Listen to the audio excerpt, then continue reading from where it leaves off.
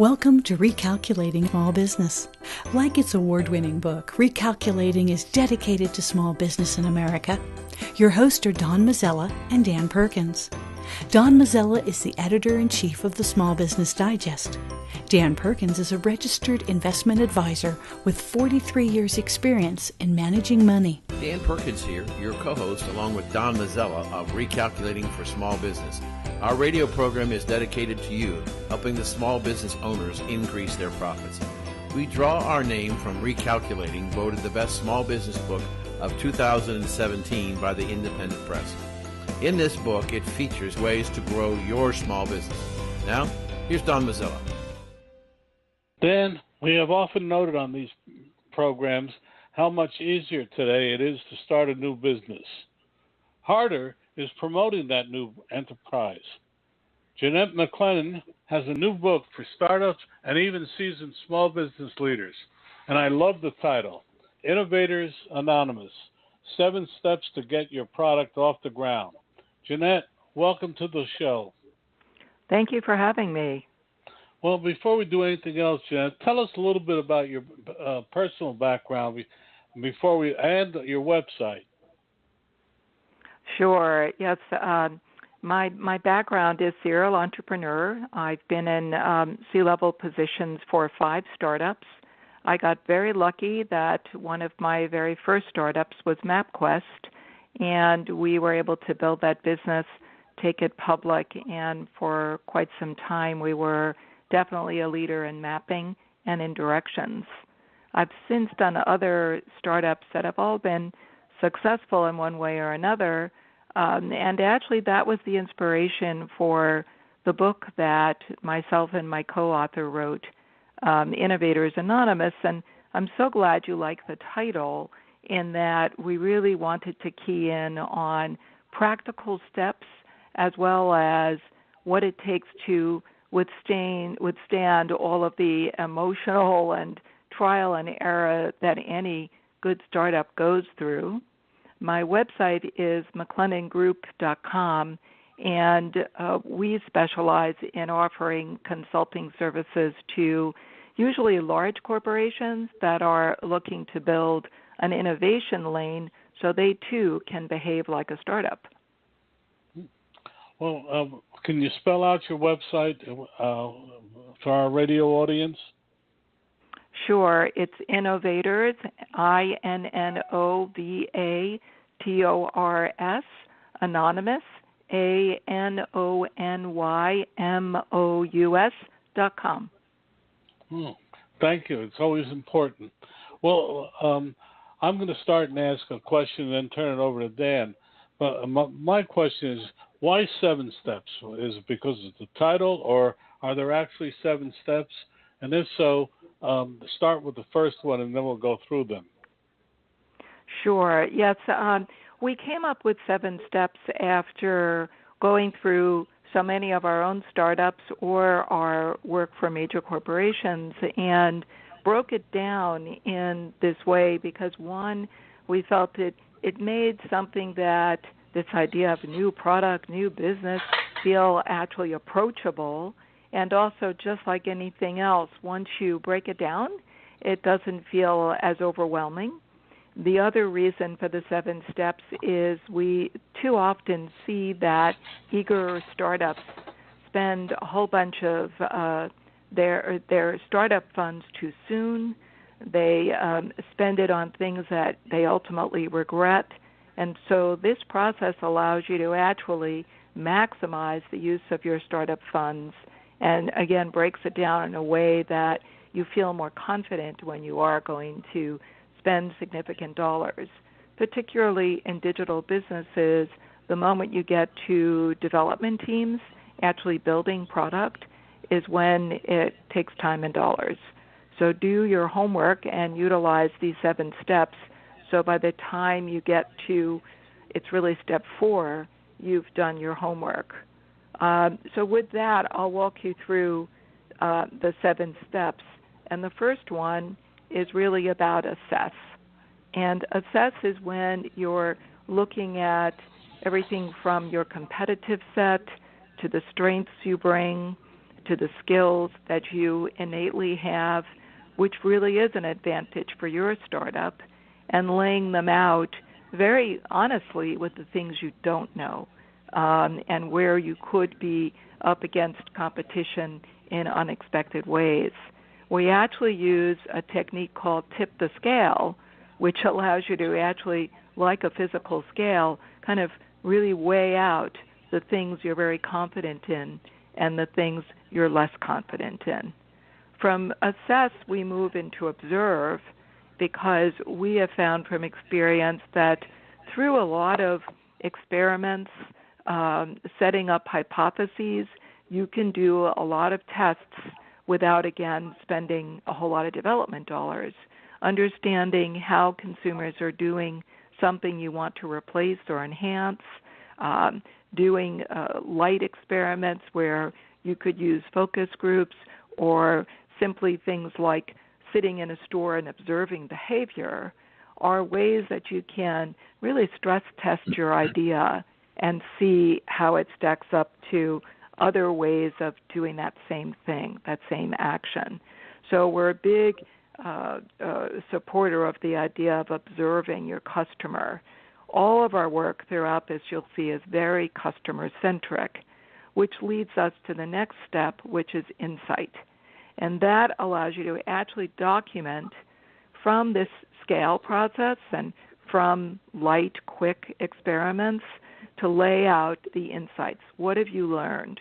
How are you thinking differently about your product or service than when you first started? The other key thing is being able to walk away.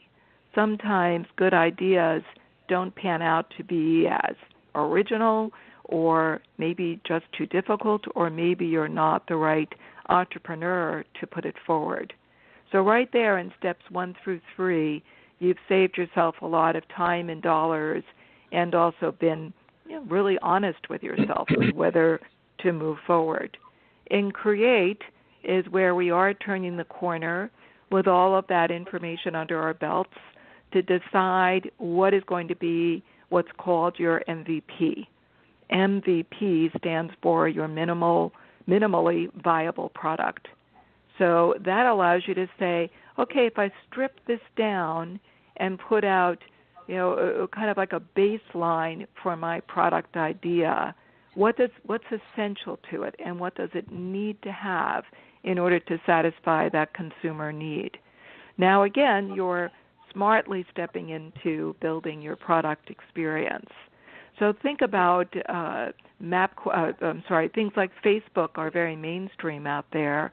And when you think about Facebook, even 2-3 years ago, it didn't have as many bells and whistles and features and function set, and yet it was obviously very viable. So we, in this step, think about how to break your product apart and build your first instance. Gone through steps 1 through 3, and I want to stop here and let Dan ask a couple of questions so we can reinforce what you say, because this is very radio. Good.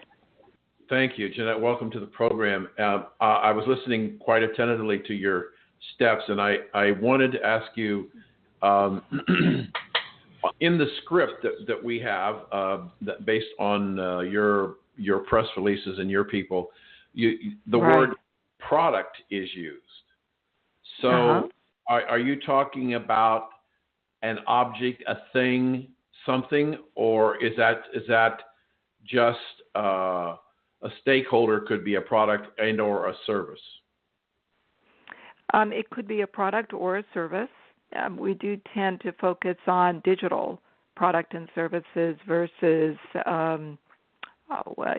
manufacturing hard good or apparel or lamps or accessories. It tends to be digital. Okay, that helps. that's fine. Mm-hmm. I just wanted to clarify a point. Let me ask you a question about your process.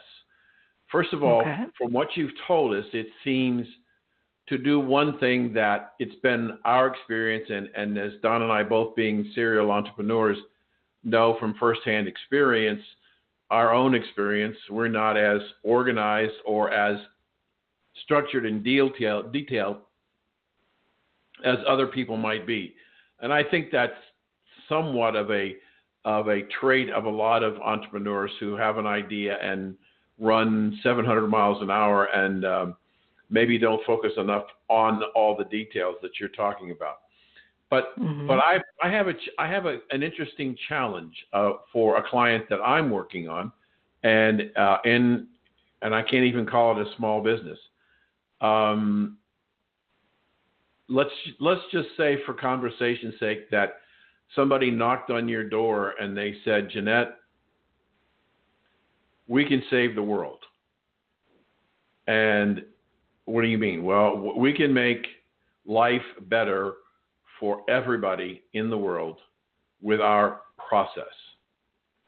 And they sit down with you and they take you through the process, and you understand, wow, they've got the research, the hard research, independent research. They've proven that it works. They've got it patented. They know that it will help save mankind. How do you begin to advise somebody in that position? Well, I'll tell you, a lot of customers come to us just that way. And what we often do is a very quick validation, or step into how do you break down the Save the World product so you can build your first instance of whatever it may be. We work in 2-week sprints. So maybe another thing to emphasize as you go through the 7 steps, or even the first 3, is you're not talking about months and years of iteration. You're talking about needing to move very quickly because marketplace changes so quickly, especially in the fact that the digital landscape is just about everywhere. Right. So we do rapid validation, and we find that whether a client feels really strongly about it's all worked out, I've already got it all sorted out, they're very open to that kind of cross-check. And again, as long as it doesn't take a lot of time and cost a lot of money, we have found that there's always some important insight or nugget or bit of experience that wasn't anticipated. I could also give some examples if that's helpful. So if you look at your sequence of your 7 steps, is there one of those 7 steps that talks about raising capital? Well, we find that not really. It's not focused on the capital raising process. It's focused on giving you the best set of material that you'll need in order to secure a cap raise. So from working with a lot of venture groups, both as an operator and through our consulting work, these businesses are really good at kicking the tires and understanding where your strengths and weaknesses are. And the job for getting your cap raise to happen is really being able to be convincing and have evidence to back your point of view. So would it be fair, Jeannette, to say that one of the things that you do as a company, as we said in the beginning, not only make it easier to start a new business, but helping you in promoting your enterprise, you help that entrepreneur begin to focus truly on what his or her or their differential advantage might be in a given space and how to exploit that. Absolutely. And in so doing that, you create a platform by which a story could be developed that would help that firm or those people create a potentially compelling story to sources of capital to launch their business. Absolutely. An example is one of our clients is in the food delivery business. And here in the States, I'd say a good part of the viewership is probably aware or even used services like Seamless or Grubhub or Caviar. Those are the 3 leaders in food delivery. So that means calling a restaurant and instead of doing it by a phone, doing it over the web and having the food delivered to your home. This startup is entering that space. It's called Hungry. And what it's doing is putting a layer of good on top of every order that you place. So now, as a key differentiator to Grubhub, Caviar, Seamless, is that you know a percent of your order, and again, not a donation, a percent of your order is going to help solve poverty and homeless and hungry people. So the idea is that the venture group is really liking Hungry because it's adding another dimension to an already existing business. So there's a quick example of how we've advised Hungry to differentiate itself and have a strong message for its VCs. So in doing so, and then I'll when I'm finished here, I'll turn it back to Don for him. But in what if I understand what you're saying, that the differential advantage for Hungry is the fact that they're going to feed the hungry by taking a portion of whatever the business does and giving that in kind or money or food or whatever to feed people who are hungry. Absolutely. That's so that totally it doesn't there. To some degree, it really doesn't become about the menu. It's about what they're doing. Absolutely. Okay, good. Thank you. Don, back to you. You know, I've been listening with fascination, and I'd like to go. Jeannette, could you sum up very quickly your first three points in your steps and then go to 4 and 5? Because I want to make sure we cover and them pause. because they're so important. Yes, I absolutely will. Sure. So through the steps 1 through 3, where we've assessed our position, observed the marketplace, and come in with meaningful insights, we're already halfway down the path to envisioning a business and forming your strategy. So now what's the next step? The next step is to create and quantify.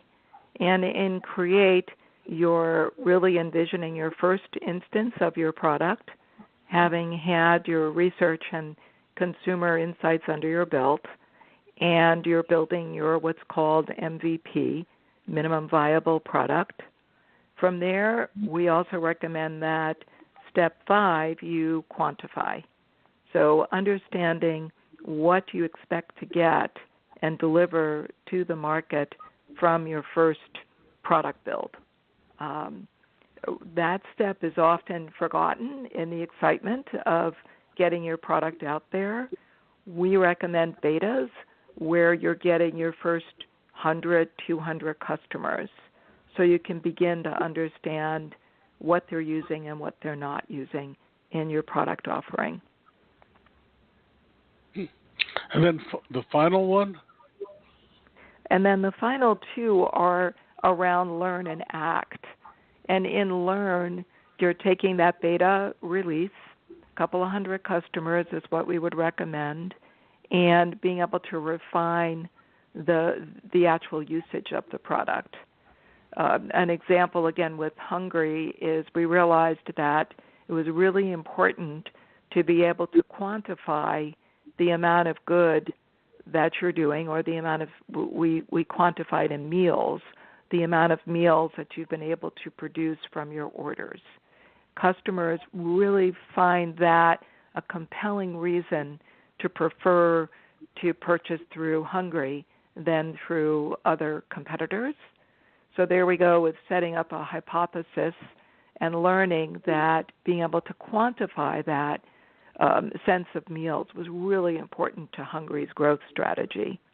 So we take those learnings and we apply them to ACT, which is our final step. And in ACT, what we're talking about there is the iterative loops of continuing to enhance your product, continuing to find ways to get more food orders in the case of Hungry, and also to turn your attention to your venture partners in that they too are going to want to know what you've accomplished and why you're probably asking for another round of capital to continue to develop the business. So those proof points and those early proof points are super important.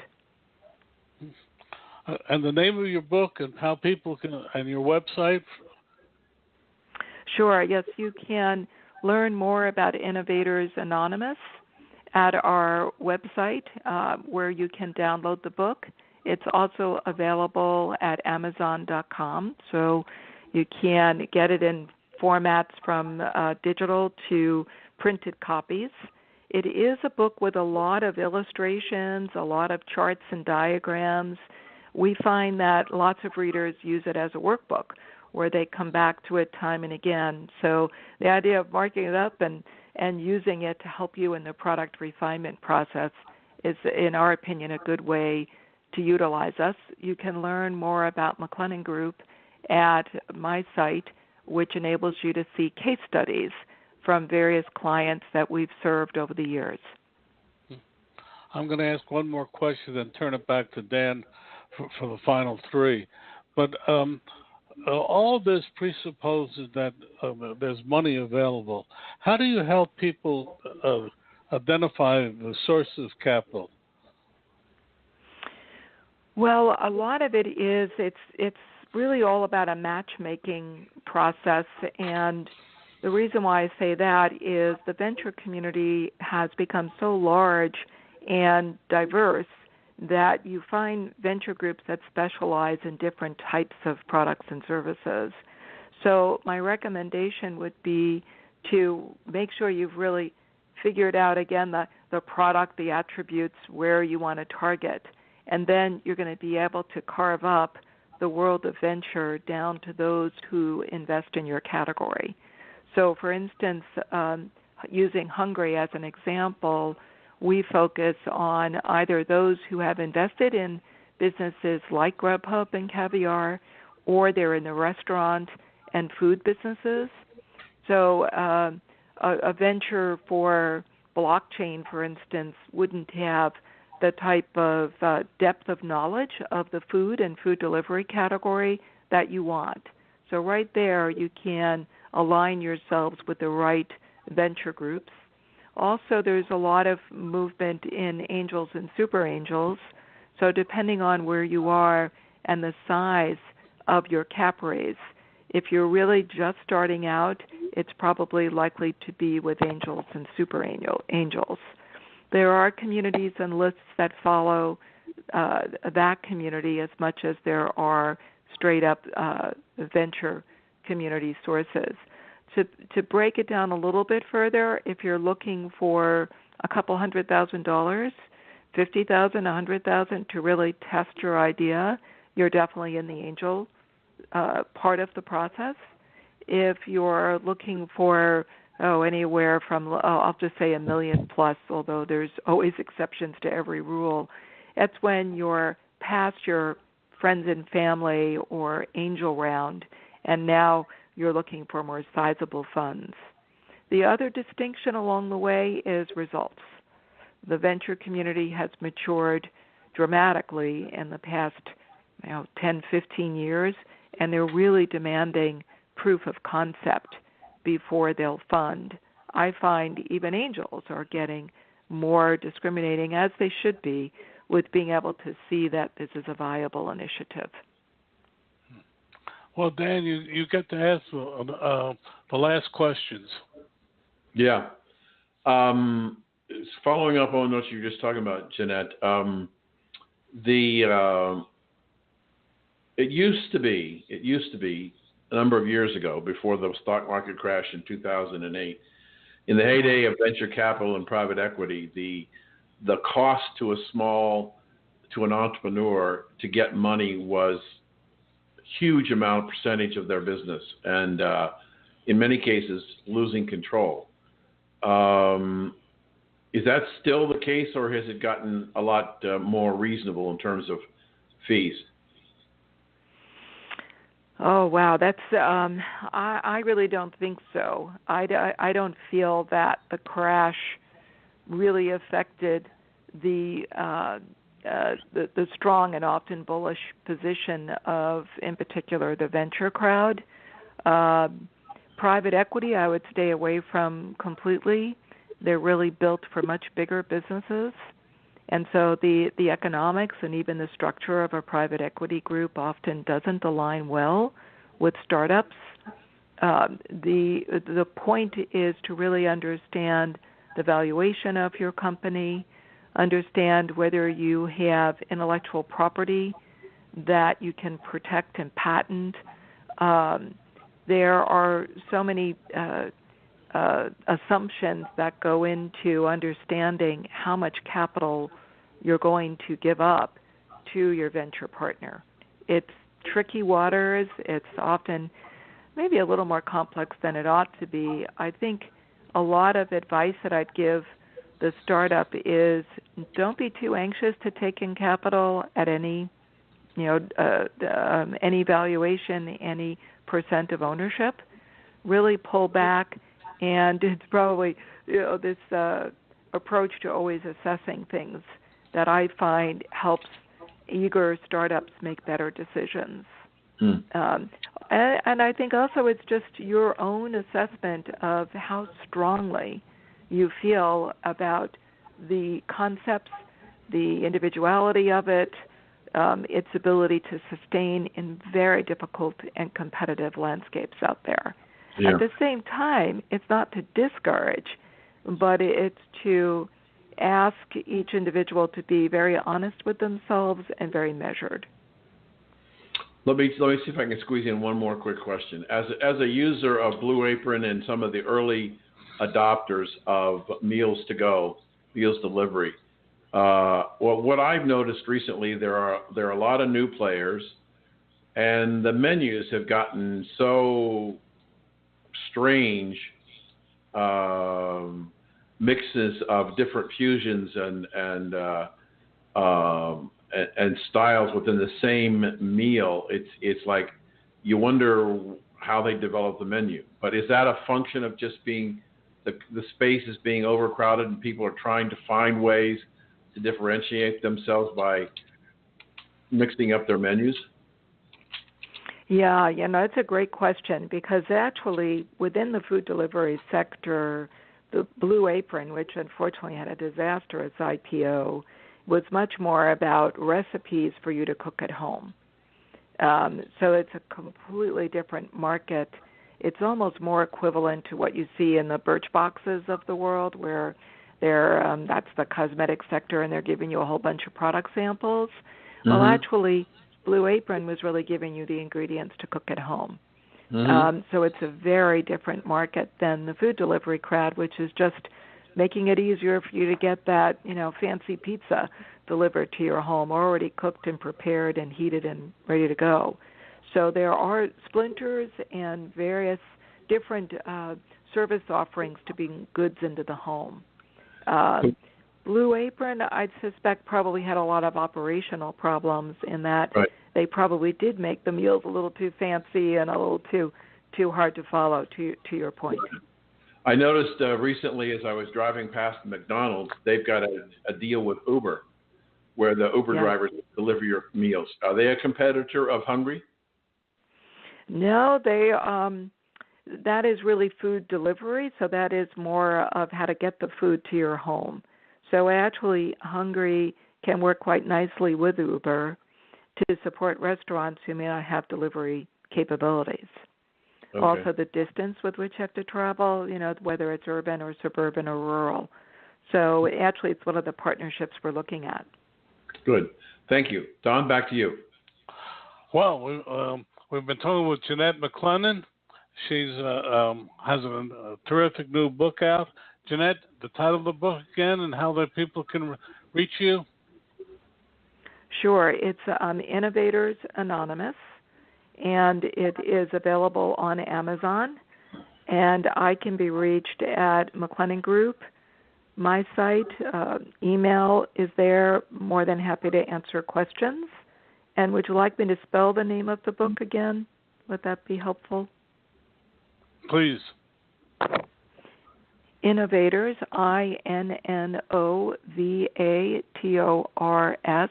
Anonymous, ANONYMOUS.com. Okay. Jeannete McClennan, thank you so much for being with us.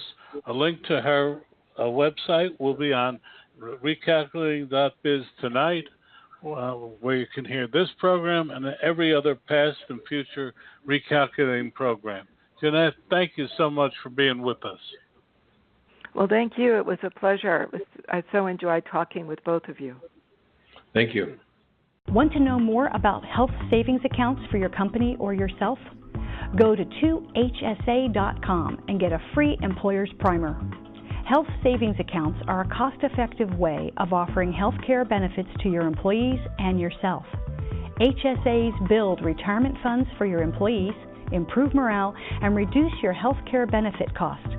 For a free employer guide to HSAs, go to 2hsa.com. That's 2hsa.com. Dan Perkins here from recalculating.biz with your featured book.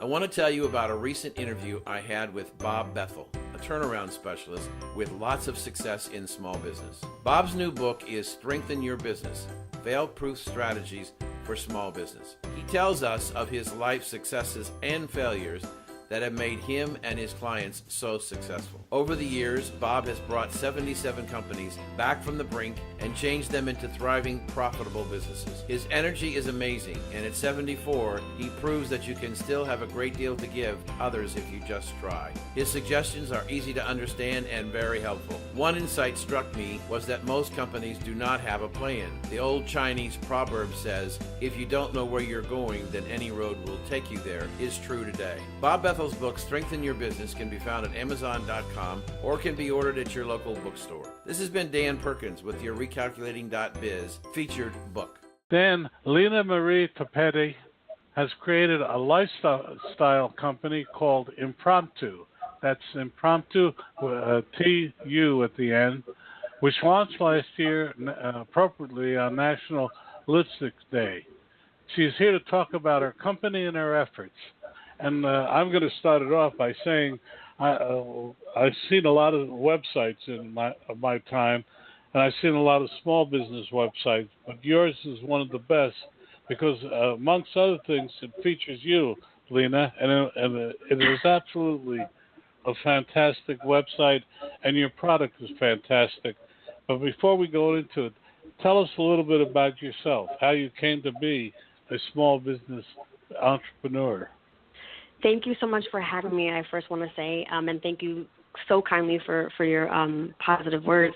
I named Impromptu exactly that because it was very much an impromptu decision in my life to go into business. I actually have a background in acting and singing, and it was about 4 years ago that my mom and I were talking, and I'd seen her through the years suffer an allergy to lipstick. And it was a big deal because for her, lipstick was her favorite cosmetic product to wear. And so one day we were talking, and she said, you know what, I'm done. I'm done buying lipsticks because I can't wear a single one of them. I'm wasting money at this point. I wish a celebrity would develop the same allergy so they would want to create a product that I could wear. And I said, Mom, why does it have to be a celebrity? Why don't I try? And that's truly how it all started and how it was born. You've created lipsticks, 5 different shades, correct? That's correct. Yeah, I launched it last summer on National Lipstick Day with the premier collection, which is the Lola collection, which is named appropriately after my mom, Lola. Spell out your website for people. It's spelled somewhat differently. Sure. It's Impromptu, IMPROMPTU .life, LIFE. Now that's interesting. You took the suffix life, and then you also, I noticed, weaved it throughout your presentation. And your various statements. And you also have a very interesting product, how you put it together. Describe it to our audience, please, your lipstick. Sure. It's, at the end of the day, Impromptu really it's a lifestyle brand that I've obviously launched in the beauty space. And when I started working on the lipsticks, I knew right away that I didn't want to do your basic black components. When you walk into Sephora or when you walk into Ulta, practically, all the products are black. So mine is a pearl white finish with touches of pink in there, and that's really the color scheme of Impromptu. And, it's just very clean. Like, the website's very clean, very classy, very simple, and that's really just the feel of the whole company. But also, what is clever is your top is attached to the bottom by a magnet, which I'm That's told right. is very unusual. Yeah. I don't use lipstick, but I'm told it was very unusual. Yeah, that's right. When I was creating it, I'll tell you, it took me nearly 4 years to get to this point, and I got a lot of questions about that. Why did it take so long? Why did it take so long? It took so long because I'm the kind of person that I'm very detail oriented, and for me, it was extremely important that I took my time with every single detail. My hand was in everything, and down to that feature right there, the magnetic feature. So from the color scheme finish to the shade names to the colors, everything, I had a creative say in all of that. I have a lot more questions, but I'm going to turn it over to Dan now. Okay. Thank you. So, I, like Don, don't wear lipstick unless I get it off of my wife's lips. But I'm curious. Okay. I'm just curious about something. I'm gonna dabble my toe in the water and ask a question that just came to my brain. Your mother had an allergy to something in the traditional lipstick. Did you ever find out what it was? I knew you would ask that question because that's the number one question that I get asked. So I get a gold the star. bottom. I apologize. Say that again. I says I get a gold star. I got the number one question. Yes, you do. Yes, absolutely. So what I did was I took her to a cosmetic allergist, and they patched her back with about 80 different cosmetic-related allergies, and she responded to about 3 to 5. There's some of the intricate, like glutaraldehyde, those chemicals, metals type of thing, clays, is some of the stuff that she responded to. I think it's some of the things that people aren't necessarily aware that are in certain cosmetics. And I'm very, very careful not to say I'm not hyperallergenic, I'm not all natural, I'm not organic. That's not what Impromptu is. I always say Impromptu is just carefully crafted with allergies in mind, because keeping in mind that the allergy board is so massive, it's not possible for everybody to react to the very same thing. And for my mom, oftentimes in her case, she responded more severely to the products that claimed to be organic, all natural, and hyperallergenic. So sometimes that's not always the answer. Wow.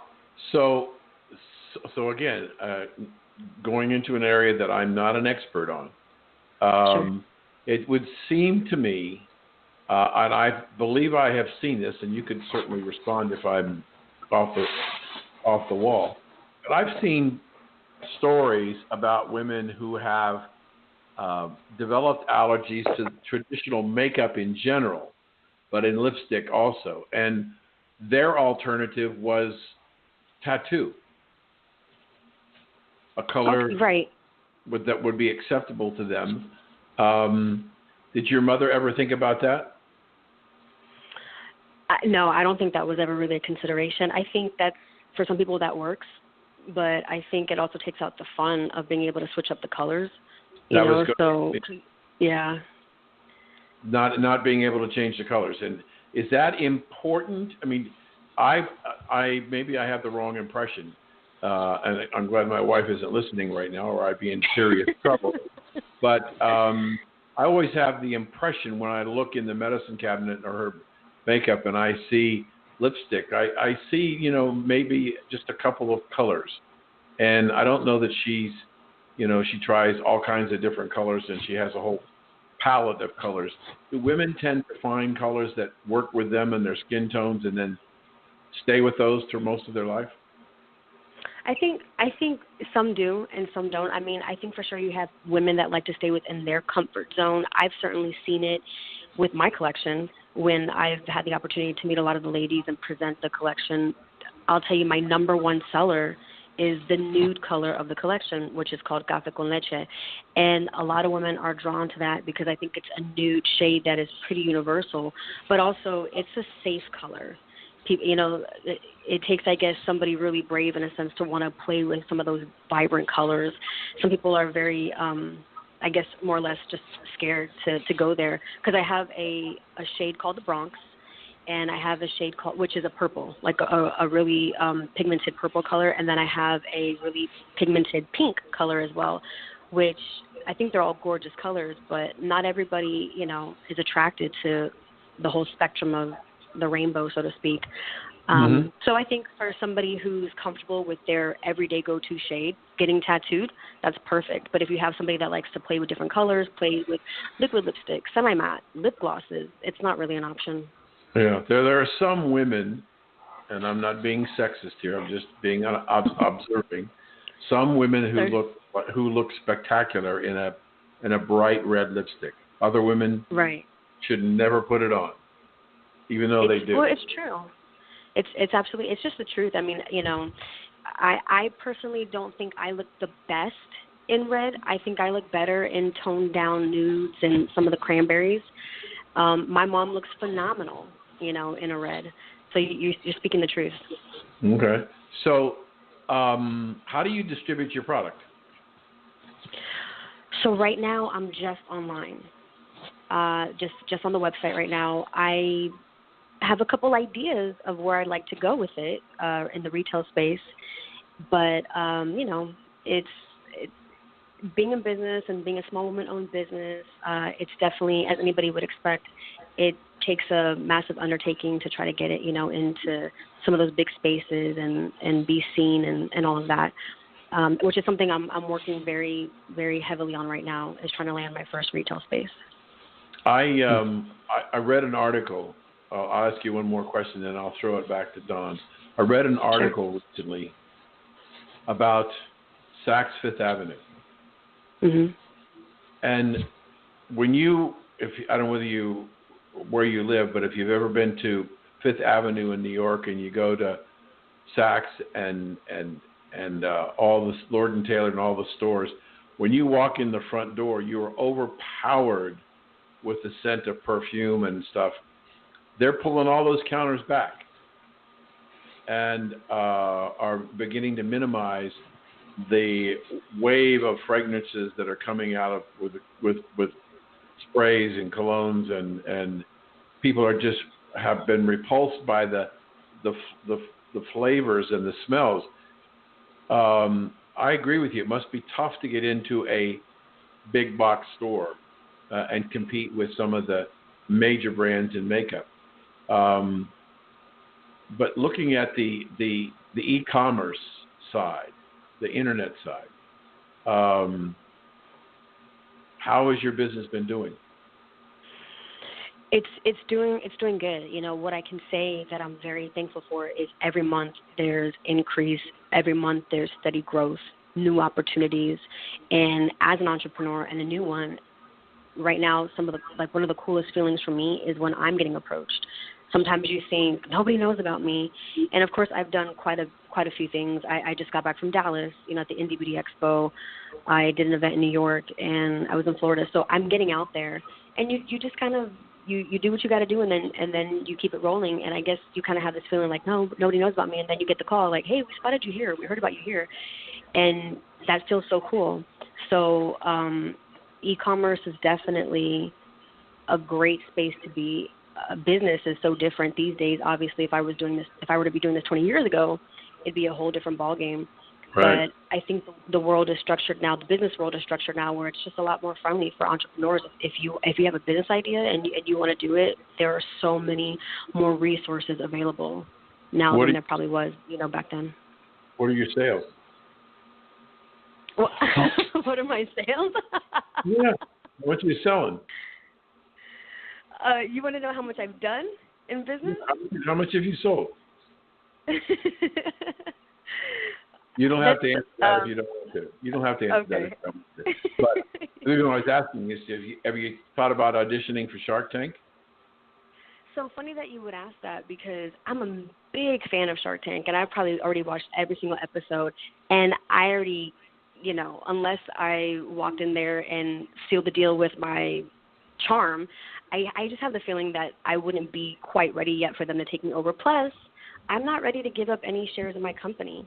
I own Impromptu 100%, and that is something that is really important to me, and especially this early on in the game, I'm not willing to start giving away shares. I think as a new entrepreneur, that's where they make a lot of mistakes, is oftentimes their backs are against the wall, and so they feel like, oh my gosh, we need more capital, we need more of this, and they start giving away, shares left and right, and then by the time bigger players come into the picture, it starts to become a problem when they don't have as much to offer. So my strategy is really going to be to hold on to 100% as long as possible. And then as it grows in several years, see where it's at. And when I'm talking to massive investors, then I have more to offer. Sure. Good for you. Don, back to you. Wow. You covered a lot of ground, Dan. I'd like to go back and start one question. We found you, our co-producer, Joanne Lang, found you at a PR event in New York. How did you find, would you describe that event and tell the audience how you followed up? You got on this show, et cetera, but tell us a little bit about that.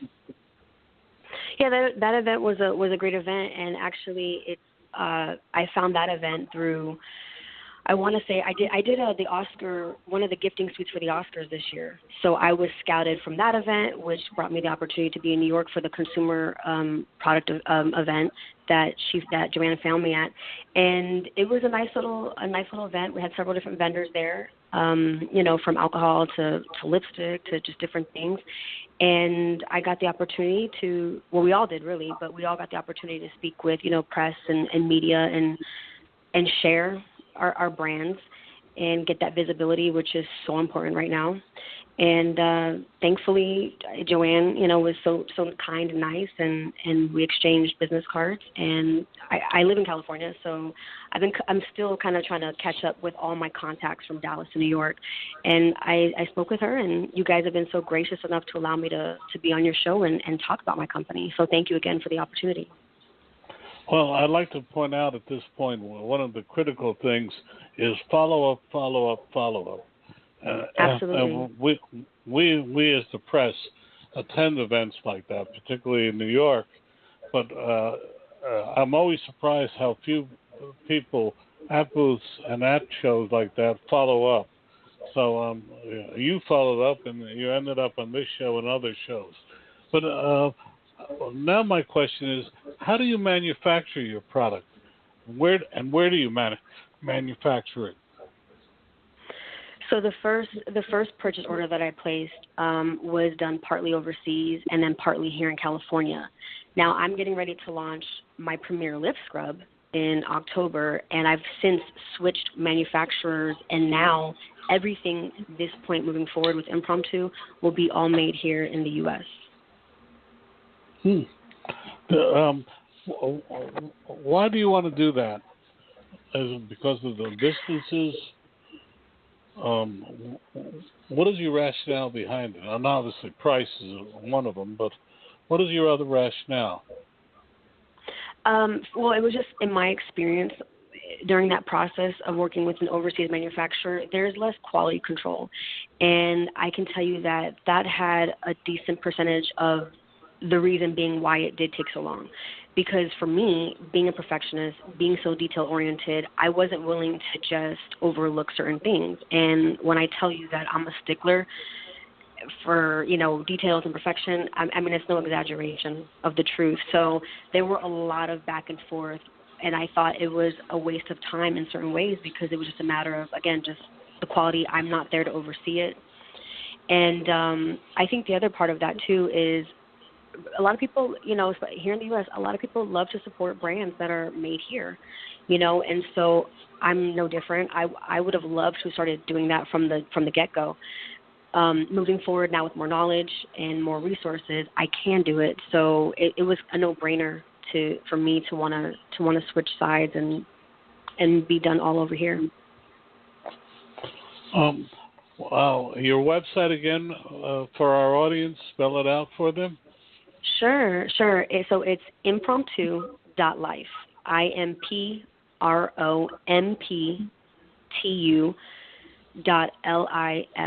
And that is also the Instagram name as well. I'm mainly on Instagram with the company. I'm really building that following.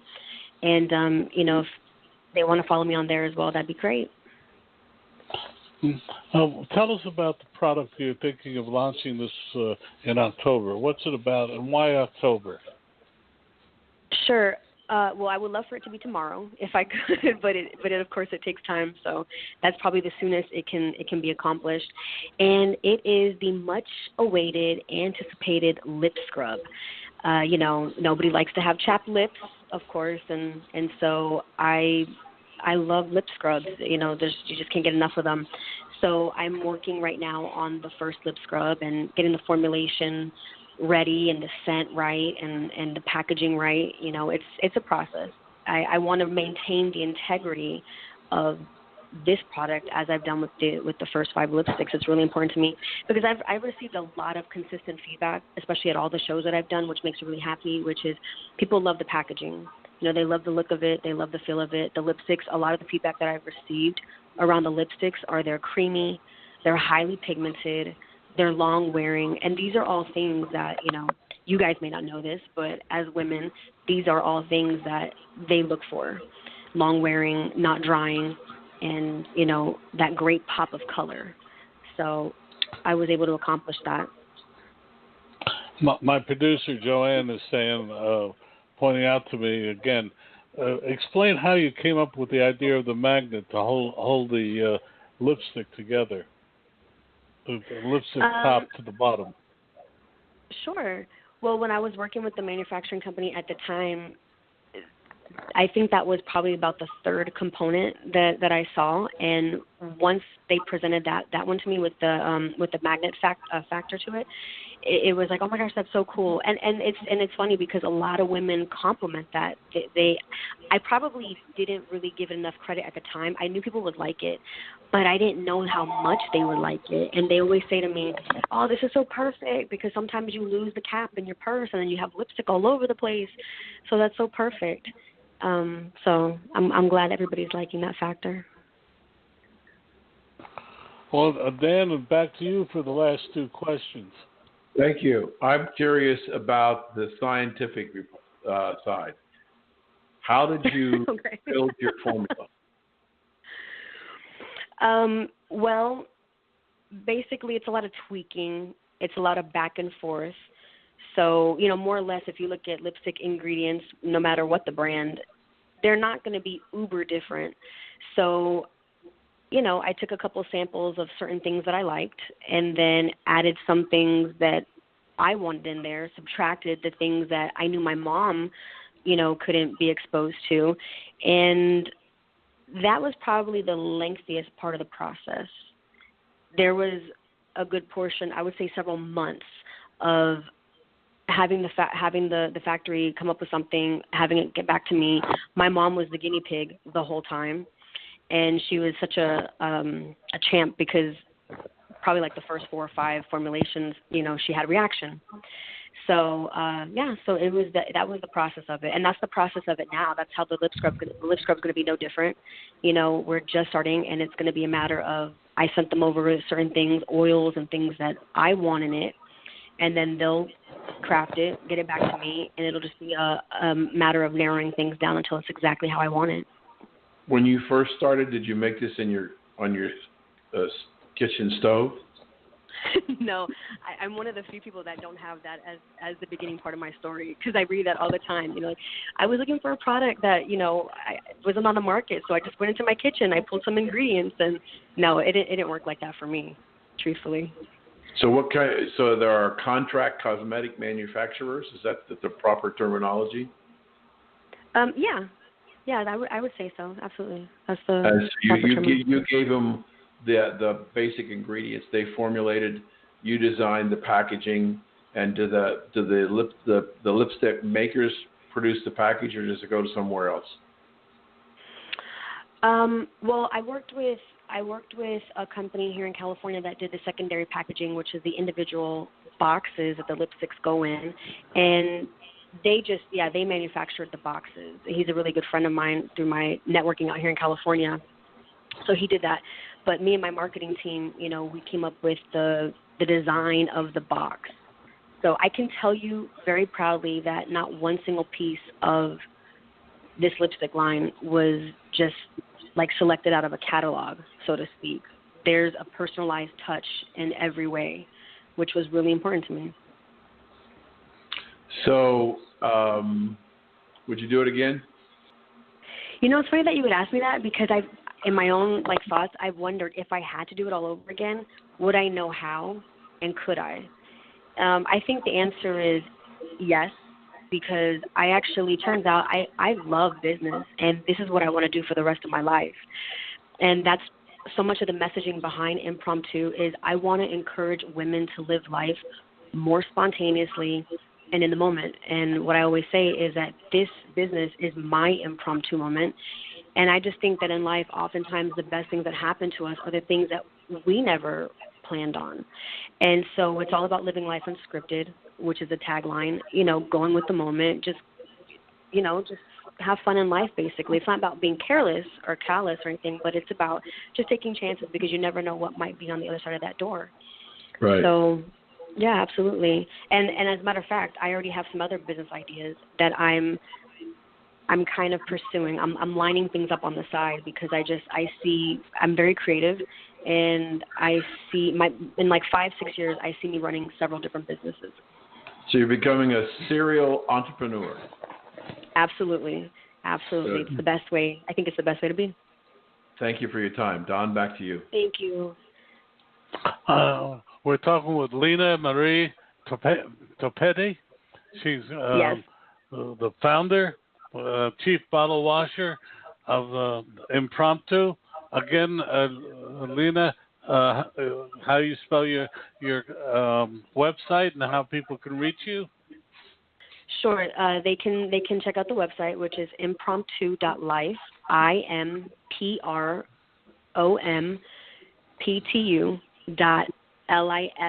and that's exactly the same name for Instagram, if they want to follow us there to stay posted on all the latest things going on.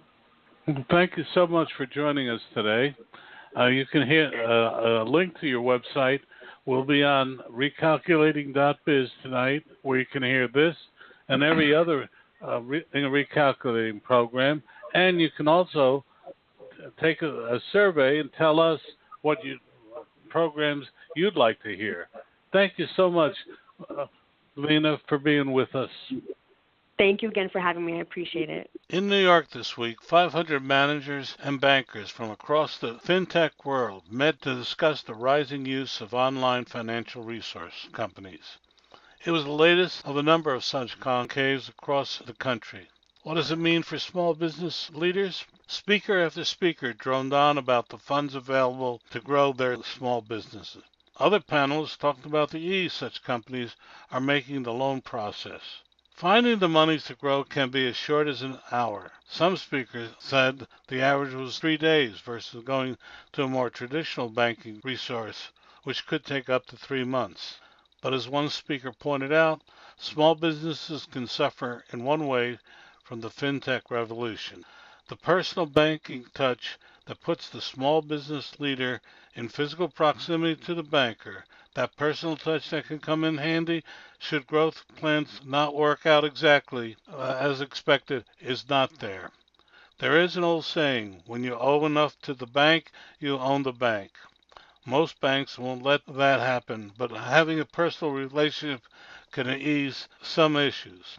Fintech bankers are about doing everything over the internet. For those times when the small business succeeds, this works great. But what happens if they don't? It's harder without that personal touch. Thank you for being with us today. From Don Mazzella and Dan Perkins. Thank you for joining us on Recalculating. We hope the information you received on today's episode was helpful to you in starting and growing your business. Please go to our website, recalculating.biz, to contact us, to listen to past shows, and see special offers. Until next time, remember, if you grow, we grow. Join us next week for more helpful ideas to make your business a great success. Recalculating, a program designed to help you be successful.